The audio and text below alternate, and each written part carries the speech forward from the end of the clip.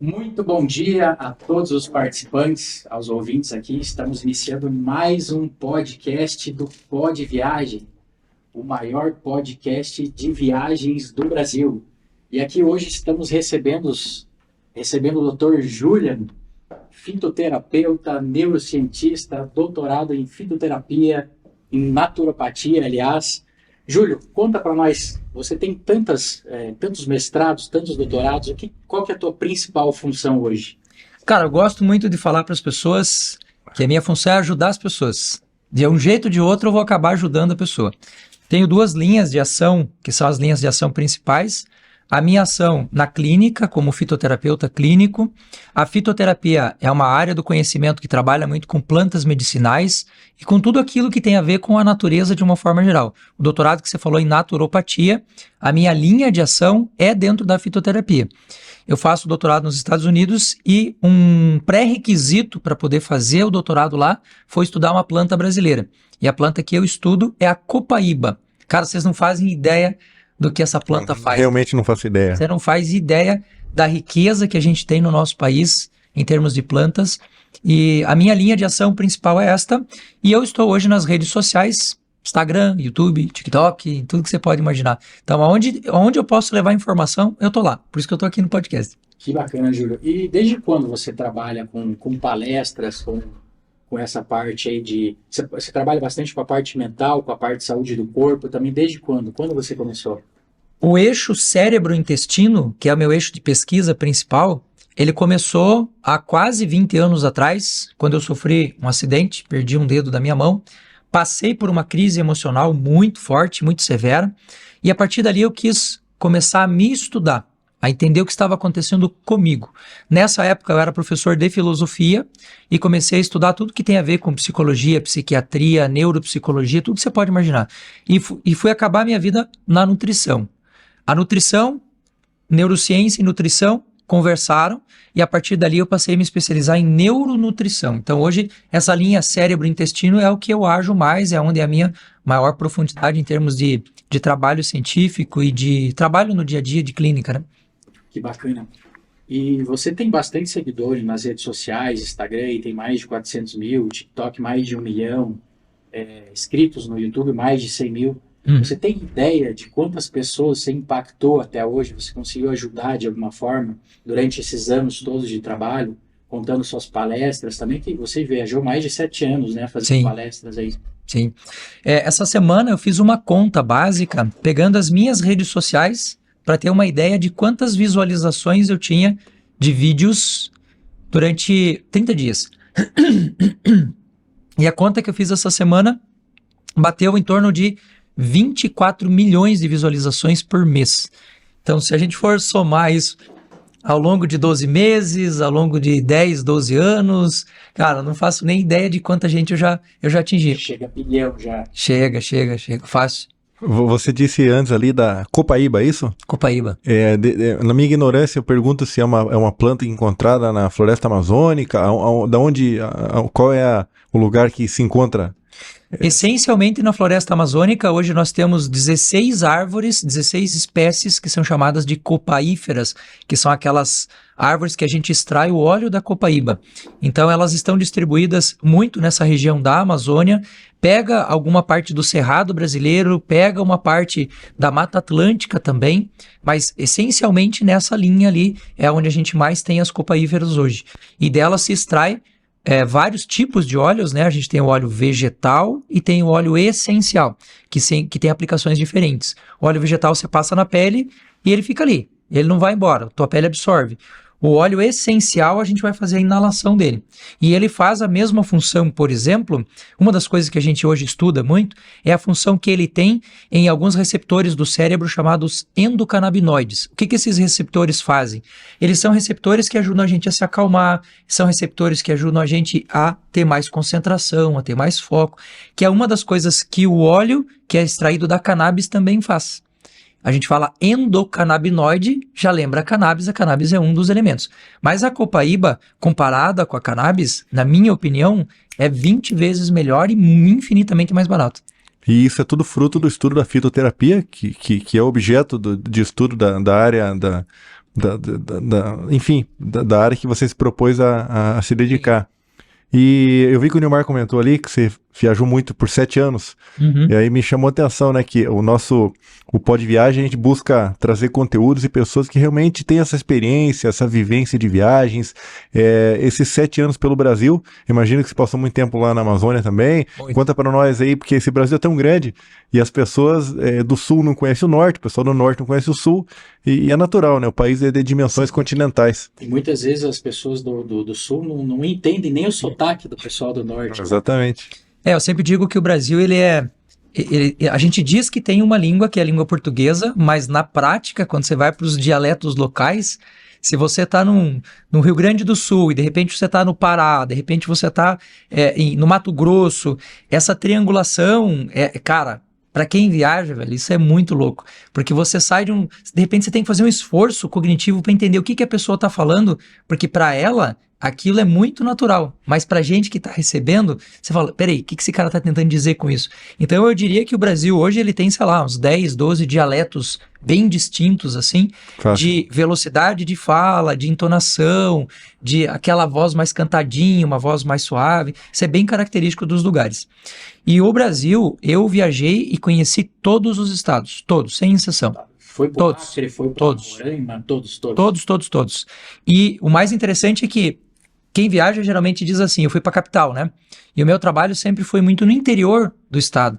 Então eu conheço as bibocas, as quebradas, aqueles lugares que você nem imagina que dá para chegar. Tipo na Amazônia, eu fui muito para Manaus, né? Sim. E de Manaus a gente vai para cidades que são cidades que estão no entorno de Manaus, mas assim, quando você fala Curitiba, cidade no entorno, São José dos Pinhais, ela tá ali a 20 quilômetros, né? E asfaltada, hein? É asfaltada. Lá em Manaus, você vai para uma Manacapuru, por exemplo, cara, você tem que pegar um barco, vai longe pra caramba para poder chegar no lugar. Presidente Figueiredo, você deve ter ido também?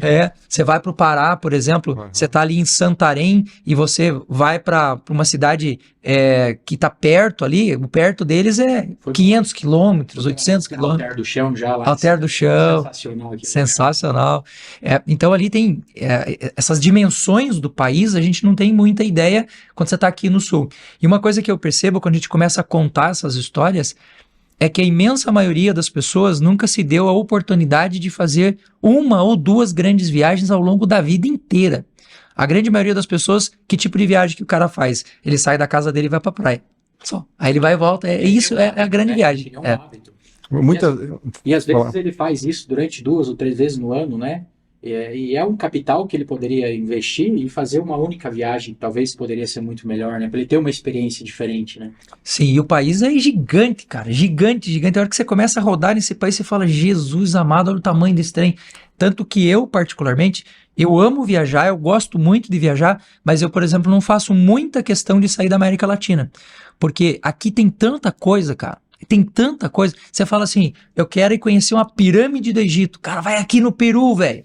Vai aqui do ladinho, tem um monte de coisa super legal. Vai no México. Então, a América, de uma forma geral, América do Sul, América Central, tem muito lugar, cara. Você vai nas cavernas ali, na região do México, você vai fazer aqueles mergulhos, você não faz ideia de que mundo lindo é aquilo. Nos cenotes ali? Cenotes, exatamente. Litoral brasileiro, Maceió, você vai para essa região toda ali, cara, é impressionante. Eu quero fazer uma pergunta, Nilmar. Eu sei que você é formado em nutrição também, né? Sim. E a gente sempre tenta cuidar da alimentação, as pessoas hoje cada vez mais estão se cuidando da alimentação, do corpo, atividade física, e sobretudo no Brasil, né? É um país tropical, as pessoas têm o cuidado com a aparência, e sempre quando as pessoas viajam, é natural que a alimentação, ela decai, o padrão começa a comer o que a gente chama de junk food, lixo, fast food. Qual que é a tua orientação quando chega um paciente ou um curioso e pergunta, eu vou viajar, eu vou ficar 20 dias fora, o que eu faço para eu tomar um cuidado aí com a minha alimentação? Disciplina. É que quando a gente viaja, a gente sai da nossa rotina normal. E a saída da rotina normal, ela acaba bagunçando tudo. Sono, bagunça teus horários de fazer as coisas, bagunça a alimentação. Então, sim, tem uma mudança na questão alimentar. Eu saí aqui de Curitiba, vou passar uma semana no Nordeste. A comida lá é diferente. Lá o feijão que eles usam é o feijão de corda. Lá uma carne que é muito tradicional é a carne de sol, que aqui a gente não tem. Então, sim, tem uma mudança na parte nutricional? Sim. Mas na média, se você tiver na tua mente a disciplina de colocar na tua alimentação a quantidade de proteína que você precisa, a quantidade de carboidrato que você precisa, você não fica metendo o pé na jaca. Você vai ver, se vocês me acompanham nas redes sociais, vocês vão ver que eu estou em aeroporto o tempo todo. Sim. E nos aeroportos, cara, pior lugar do planeta para você comer é aeroporto. Sabendo disso, as pessoas, elas costumam dizer assim, eu não como bem porque no aeroporto não tem comida boa. Eu falo, por que você não tá levando? Por que você não leva uma castanha na tua mochila? Por que você não leva um shake em que você pode suplementar um whey na viagem? Cara, não tem, velho. Whey em pacotinho, né? Que você Tem. vai diluir na água na hora. Tem, shake, pronto. Então, eu acho que, de uma certa forma, é muito mais uma questão das pessoas ficarem caçando desculpa para não fazer, para justificar o que está fazendo errado, do que caçar disciplina para fazer certo. Eu viajo com meu filho, viajo com a minha esposa, viajo com a minha filha, cara, e a gente mantém a rotina alimentar sempre ajustadinha, mesmo experimentando coisas diferentes. E vergonha não é abrir uma marmita no aeroporto, vergonha é comer o McDonald's. Isso deveria ser. Fast food. Ser na prática, né? Porque o aeroporto, cara, ele não privilegia você. Esse dia eu tava no maior aeroporto do Brasil, que é o de São Paulo, né? Sim. E eu peguei a minha câmera, cara, e mostrei assim, ó, os restaurantes que tem no aeroporto. Você não acha um restaurante que tem feijão com arroz. Não tem. Aí o que tá acontecendo? Você passa ali um interstício de tempo entre uma viagem e outra, num lugar onde só tem porcaria pra comer, você vai se obrigar a comer aquilo ali. Exato. Aí você vai dizer, a minha vida é essa droga que é porque eu não tenho. Não consigo fazer uma boa alimentação. Para mim, isso está mais para desculpa do que para qualquer outra coisa. E, Júlio, desses 7 anos aí, você viajou somente para a questão de palestras ou você tinha outros objetivos também? Viagem, cara, para mim é um estilo de vida. Eu adoro viajar.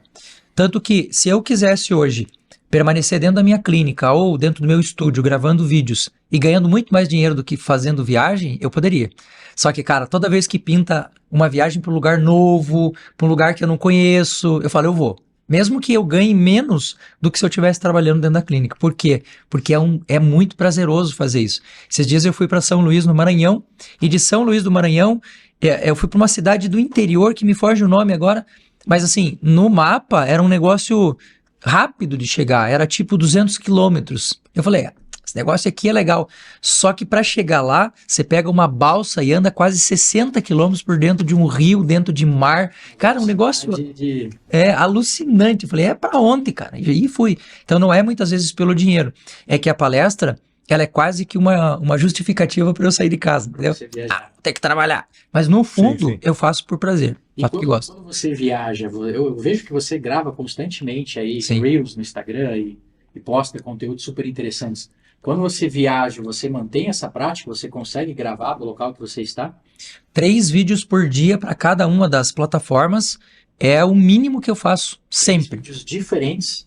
Você faz o mesmo vídeo e replica para elas? Às vezes o assunto é o mesmo, mas eu não gravo o mesmo vídeo e depois replico para cada uma. Eu gravo para cada uma deles. Aproveitando o gancho da pergunta, hoje tem muitas pessoas que trabalham, não na sua área, mas em áreas correlatas e vivendo no digital, e algumas já contratam videomakers para viajar junto. Sim. Vale a pena o cara pagar alguém para estar junto, para tirar boas fotos, fazer um conteúdo e divulgar o trabalho. Você tem esse profissional que anda contigo, já está pensando nisso? Vale muito a pena. Só que o meu estilo de vídeo é um estilo que tende a se aproximar do minimalismo.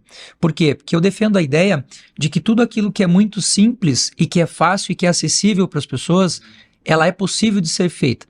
Então, o meu estilo de trabalho, não é que ele dispense o videomaker, não é isso, mas o meu estilo de trabalho é para convencer as pessoas comuns que estão em casa, que estão assistindo a gente agora, a pegar o seu vídeo, a pegar o seu celular e ir no jardim da sua casa e gravar um vídeo lá para as pessoas verem. Porque, por exemplo, nessa questão das plantas medicinais, que é uma coisa que eu trabalho bastante hoje, só no Brasil, nós temos mais de 20 mil plantas catalogadas que podem ser usadas para a saúde. 20 mil.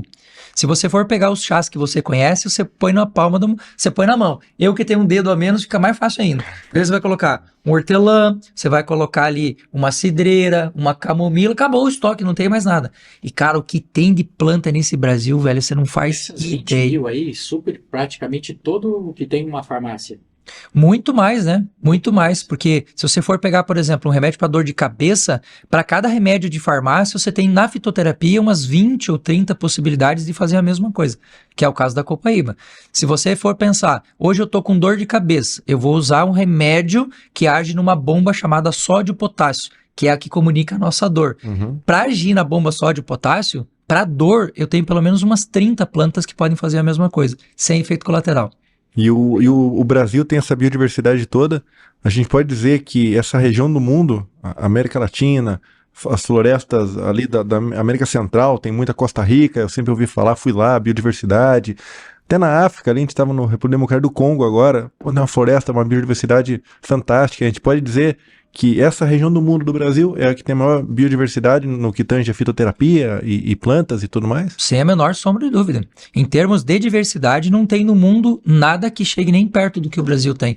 A gente tem diversidades muito interessantes, Oceania, a própria África e assim por diante, que tem muita coisa legal. Tem, mas na diversidade, os microclimas que nós temos no Brasil, as micro-regiões do Brasil, cara, você sai do Rio Grande do Sul, num pampa, e você vai para uma Amazônia, você vai para uma floresta tropical, você vai para um... Cara, é muita coisa, velho.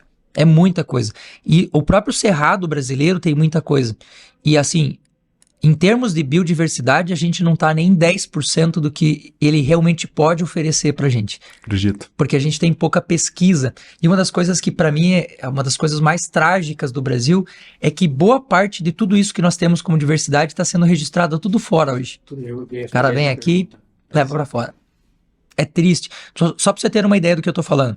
O Brasil é o maior produtor do planeta de óleo de semente de uva, que é o óleo que é mais biocompatível com a nossa pele. Se você perguntar pro cara que mora no Rio Grande do Sul, que é o maior estado que produz isso, né, em maior quantidade, a imensa maioria das pessoas não faz nem ideia de que ele produz isso. Se você for pegar a geleia real produzida lá pelas abelhas, que comprovadamente aumenta o nosso telômero, que é o nosso relógio biológico, e a gente tem mais vida, tem mais qualidade. Pergunta para quem está agora ouvindo a gente, quem consome geleia real no dia a dia aqui. Cara, vai tudo pro Japão, cara. Vai tudo pra China. A gente não fica com nada aqui. A nossa produção de própolis. O própolis é a substância hoje estudada no mundo com maior potencial cicatrizante. Você cortou a sua pele, não usa remédio, usa própolis. Agora pergunta quem sabe disso aqui. Então a nossa comunicação interna, né, a quantidade de informação que a gente tem chegando nas pessoas é muito pequena. Por isso que eu fico louco e vou pra rede social e falo, moçada, acorda, povo! Júlio, deixa eu fazer uma pergunta. Você fala bastante de qualidade de vida, corpo, mente. Quais você acha que são os principais pilares para uma pessoa ter uma qualidade de vida, ter uma felicidade? Enfim, porque hoje tem muita coisa, né? As pessoas estão inventando de tudo para tentar ter uma qualidade de vida melhor, ser mais feliz. Quais são os principais pilares para você? É bem simples. É bem simples de entender a lógica. O que é que constrói tudo no seu corpo? A sua genética e a matéria-prima que você põe para dentro. Então, se você me perguntar quais são as coisas mais importantes, preservação da genética, matéria-prima. Bom, vamos olhar para a preservação da genética. Aquela estrutura que está lá no seu DNA, bonitinho, que manda você crescer cabelo, faz você ficar mais velho, faz você ser homem, faz você ser mulher. Esta estrutura genética, ela sofre muito, por exemplo, com o ataque de sono mal dormido, com alimentos que nós usamos no nosso dia a dia que são extremamente agressivos para a nossa genética. Eu fiz um vídeo esses dias sobre a Air Fryer, sabe a Air Fryer? Sim, sim. Que tem em casa. E eu disse para as pessoas, moçada, se você aumentar demais a temperatura, você vai formar uma substância tóxica aqui que agride o seu DNA. O que tem de gente falando... Despeteira, não sei o quê, é o cara que vai estar com câncer amanhã. Então a preservação da genética, eu diria para você, pegar sol é muito importante, botar o pé na terra é muito importante, dormir corretamente, no horário certo, na quantidade certa, e em termos de matéria-prima, eu consigo resumir isso em uma palavra, nutrição. Nutrição. Veja que nutrir e comer, nutrir e alimentar são coisas diferentes. Porque às vezes você enche a sua barriga, mas você não está se nutrindo. Então, cuidando desses elementos, o seu corpo sempre terá a resposta para tudo que você precisa. Faz uma conta de cabeça aqui só para você entender do que eu estou falando. Cada célula humana, e são 30 trilhões de células, Sim. Cada célula humana tem 20.500 genes. Cada uma. Faz 20.500 vezes 30 trilhões e me diga que você não tem resposta para tudo que você precisa no seu corpo. Tem. Só que a gente tem que aprender a ligar esse gene ou a desligar ele se ele for um gene que faz mal pra gente, como o gene da diabetes, por exemplo. Bacana. No tempo das cavernas, né, a gente não tinha eletricidade, né? As pessoas iam dormir 6 da tarde e acordavam às 4. E aí tem uma história, né, que se você vai dormir antes da meia-noite, cada hora equivale a 2 horas. É real isso? Sim, sim. Esse impacto fisiológico de tudo aquilo que a gente faz dentro desse chamado ajuste genético, né? Porque hoje nós vivemos no mundo digital, mas o nosso corpo é analógico. Cara, a gente levou 200 mil anos para fazer a programação genética que nós temos hoje. Isso sem contar o que veio pronto dos nossos ancestrais, que é muito mais do que isso, né? 1,2, quase 2 bilhões de anos. Então, milhões de anos. Então, quando a gente vai pensar nessa lógica de manter a nossa estrutura física, mental, a nossa estrutura genética, a gente tem que sempre pensar naquilo que é coerente com aquilo que o meu ancestral fazia. É óbvio que num dia ou outro você passar do horário, você pisar na jaca, onde você está viajando, você vai ter lá o famoso efeito jet lag, que é a mudança de horário, teu corpo vai ter que se adaptar. Claro que para tudo isso o nosso corpo tem resposta. Sim. O problema é o cara que faz isso Constante. Semanalmente, Sim. Final de semana, todo final de semana está metendo o pé na jaca, aí o corpo não aguenta. A gente tá quase chegando ao final do nosso episódio. Eu sei que você é catarinense, você falou pra mim, né, Júlio? E a gente sempre faz um jogo de perguntas e respostas assim. Estado preferido no Brasil? Putz, cara, aí você vai me botar no Tem fogo. muito seguidor assistindo, gente do Brasil todo aí. Mas assim, então fala algum estado que te chama atenção, então vamos lá. Putz, cara, Vai se comprometer. difícil de escolher, cara, difícil de escolher. E ainda mais eu que me considero uma espécie de habitante do planeta e não habitante de Curitiba ou do Paraná, Sim. eu acho difícil, cara. Mas lugares que eu gosto muito de Onde viajar. você moraria? Curitiba. Curitiba. Eu escolhi aqui, eu sou catarinense e eu escolhi aqui. Por quê? Porque eu acho que o clima que a gente tem, o que a cidade oferece, as pessoas, tudo que tem aqui me agrada, tudo. Cara, eu pego a minha moto e dou uma volta na cidade de Curitiba, eu volto pra casa com a minha libido lá no teto, cara, porque eu acho a nossa cidade linda, enfim. Mas eu gosto muito de viajar pra estados assim, Rio Grande do Sul, Santa Catarina, gosto muito, interior de São Paulo, gosto demais, Minas, eu gosto demais de Minas, Bahia, interior, gosto muito. Então são estados assim que são geralmente os estados que eu mais viajo. É pra onde eu mais. Você pode dizer com propriedade porque eu conheço 25 estados, dos 27, né? 26 mais um. Então você conhece todos. E o interior, não só a capital. Então a gente tá ouvindo de alguém que tem propriedade no assunto aí, né? Você sabe que eu fiz uma coisa legal, cara? Eu tenho na minha casa um vaso de flor em que eu peguei, de todas as cidades que eu fui, ou pelo menos a grande maioria, a gente tem essas garrafinhas de água mineral, eu tinha um canivetinho que eu levava na mala, eu cortava e pegava um pouquinho de terra. Eu tenho na minha casa um vaso de flor com terra de mais de 700 municípios do Brasil, que eu viajei. Caramba. A planta que tá ali é uma planta, uma flor bonita, enfim, ela não faz nem ideia de onde que ela Da tá. onde veio? E eu chamo essa terra esse vaso de terras do Brasil, que é uma experiência só minha, eu não preciso contar pra ninguém, eu sei que ali tem terra de tudo que é lugar que eu fui, cara, é muito massa. Legal. Júlia, me conta uma última coisa aí pra gente encerrar. Você trouxe esses pratos aí pra fazer um almoço pra gente? Ou o que é? Esse daqui Boa. é o Prato da Boa Lembrança, uma confraria de restaurantes que tem pelo Brasil inteiro e que quando a gente vai, você come o prato lá, que é o prato típico. Nesse caso aqui, esse aqui é um dos restaurantes mais interessantes que eu já fui, que chama Acoaba. A gente está muito acostumado com restaurante de comida alemã, restaurante de comida italiana, restaurante de comida japonesa. Esse aqui é um restaurante de comida africana. Você já foi num restaurante de comida africana? Só na África. Só na África. Só na África. Então, é muito incomum a gente encontrar, por isso que ele, para mim, é um prato bem significativo. Eu tenho mais de 100 desses caras aqui, ó, para quem tá me vendo lá no Instagram, eu tenho mais de 100 desses pratos. Aqui no Paraná, 2 que eu gosto muito são o Girassol, que é no interior, na cidade de Palmeira, que é um prato super legal. Esse aqui é o prato do ano passado deles. E eu gosto muito, aqui de Curitiba, dessa cantina, que é a Cantina do Délio, cantina super legal. Super bem atendido. Enfim, essa confraria é super legal. Você procura na internet, Pratos da Boa Lembrança ou Confraria da Boa Lembrança. Quantos você tem, Júlia? Mais de 100. Mais de 100 pratos. Sem contar os que eu perdi, quebrou, caiu, mudança, essas coisas. Bom, acho que a gente tá encerrando. Eu queria te agradecer aí a participação, Júlio.